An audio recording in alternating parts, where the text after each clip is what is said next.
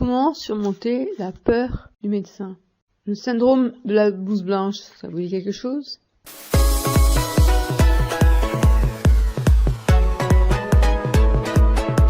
Certaines personnes éprouvent de fortes angoisses à l'idée même de devoir aller chez le médecin.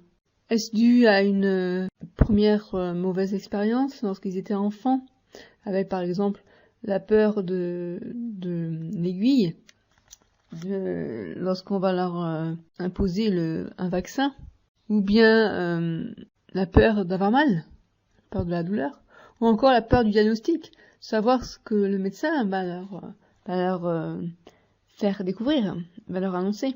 Alors, si c'est votre enfant qui souffre du syndrome de la blouse blanche, n'essayez surtout pas d'esquiver la crise de larmes, de manifestations difficiles, en prenant l'enfant par surprise. Il est important de le faire parler. Selon son âge, vous pouvez lui expliquer le principe du vaccin, avec des mots à sa portée. Votre enfant a besoin de se préparer mentalement, il a besoin d'être écouté. Bon, maintenant, si ça s'adresse à vous, eh bien, préparez la visite médicale comme vous le feriez pour un entretien professionnel. Parce que avoir la boule au ventre, ressentir des sueurs froides, nœuds dans la gorge, symptômes qui sont déclenchés par la perspective d'une prochaine visite médicale sont très difficiles à vivre. Personne n'a envie d'aller chez le médecin, croyez-moi, mais personne n'a envie de ressentir ces crises d'angoisse. Ce n'est pas une fatalité. Ben non, parce que si le fait d'avoir peur d'aller chez le médecin constitue pour vous une véritable phobie, sachez que les symptômes que vous ressentez sont à la fois courants mais handicapants. Donc il est quand même bien de savoir y faire face. En fait, c'est ni plus ni moins qu'une crise d'angoisse que vous faites, et même si vous comprenez pourquoi vous avez cette crise, il n'empêche que vous ne savez pas comment la contrôler. Mais c'est un cercle vicieux parce que moins vous avez envie d'aller chez le médecin, plus vous allez attendre, en fait, d'avoir vraiment quelque chose de très grave pour y aller et d'être fraîchement acculé à ça. Et c'est pas une bonne idée parce que plus tôt vous prenez, comment dire, on ne peut pas passer à côté de sa santé. Je veux dire, c'est important que pas attendre d'avoir le cancer pour se dire tiens, je vais aller voir mon médecin. Bon, je vous rassure tout de suite, j'espère que vous n'êtes pas hypocondriaque, sinon je vais vous faire peur. Mais bon, voilà, donc en fait l'idée c'est qu'à un moment donné, ça sert à rien de procrastiner, c'est-à-dire remettre au lendemain. Et par exemple, moi je vais vous parler de mon histoire. J'ai été pendant 5 ans donc phobique sociale, et à ce moment-là, j'avais peur d'aller, bon, pas tellement chez les médecins, mais parce que quand j'y allais, c'était pour avoir un médicament, un anxiolytique ou autre. Donc c'était pour calmer mes crises d'angoisse, mais surtout pour aller chez le dentiste. Alors là, non, c'était trop difficile pour moi. Et alors, le nombre de fois où finalement j'ai annulé au dernier moment, mais bon, le dentiste savait, il était au courant, et du coup, il acceptait pas mal de choses. Il m'avait même finalement fini par me faire aller voir sa consoeur, qui était une femme, en pensant que avec elle ça passerait mieux. C'est évident que si le médecin est au courant et soit à l'écoute, rassurant, vous savez qu'il va pas vous juger en disant alors celle-là quelle chochotte. Non, c'est une véritable pathologie quand on arrive à redouter à tel point qu'on n'y va pas. Et c'est pas la solution. L'évitement. Moi j'ai été phobique sociale pendant 5 ans, et bien sûr que l'évitement c'est la solution qu'on trouve nous, mais c'est pas la solution.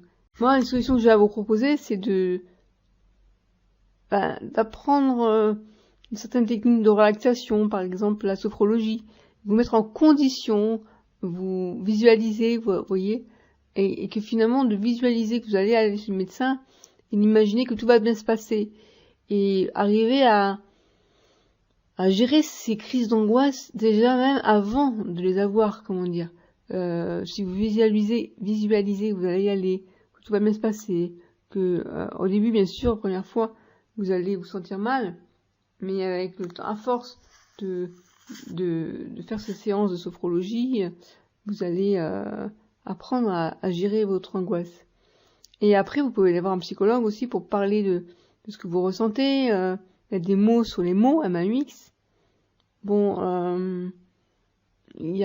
moi, ce que j'avais trouvé comme solution, c'était de prendre ma vidéo et me filmer où je me parlais, en fait. Et ça a été ma vidéothérapie.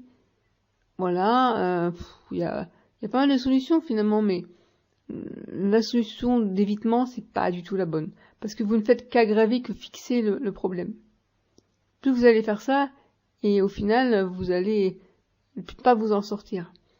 Et après, vous allez céder aux propositions du style venez dans ma clinique, moi je vous endors pour vous m'occuper de vos dents.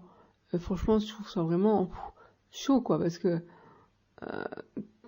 bon, je comprends, hein, mais j'imagine mal me faire endormir, me réveiller le lendemain en disant ah tiens, il manque 3 dents, on m'a les a arrachées parce que j'avais des affections dentaires. Non, je veux dire, c'est quand même plus simple et sympa et de discuter avec le dentiste qui va vous dire ce qu'il fait, et je veux dire, il y a des médecins qui sont tout à fait ouverts à entendre ce que vous avez à dire. Et de dire que vous êtes anxieux, que vous avez le syndrome de la blouse blanche, il peut l'entendre et pas vous juger. Donc c'est important vraiment déjà d'accepter qu'on a ce problème, d'en parler, de ne pas avoir peur d'en parler. Et petit à petit, vous allez voir que la première fois, ça va pas être facile. Et puis, plus vous allez oser, et mieux ce sera pour vous. Voilà. Et le but ultime, c'est d'arriver à, non pas ne plus du tout avoir peur, parce que moi, je suis dentiste, j'ai de l'appréhension un petit peu. Et c'est normal, parce que je sais qu'on va toucher à mes dents, c'est pas agréable. Là, ce matin, par exemple, elle m'a fait un détartrage. Les gencives, elles sont très abîmées, enfin abîmées. Elle m'a dit que j'avais des problèmes parodontiques, donc elle m'a dû m'anesthésier au niveau de la gencive pour pas que j'ai mal, pour qu'elle puisse être tranquille à me soigner. Donc, elle est à l'écoute, elle essaye voilà, le fait que j'ai pas mal, bon. Et j'aurais pas aimé me faire endormir de manière qu'on m'endorme en anesthésie générale pour ça, quoi. Non. Je préfère affronter ma peur, agir. D'accord, j'ai peur, mais je l'affronte. Et ça se fait pas du jour au lendemain.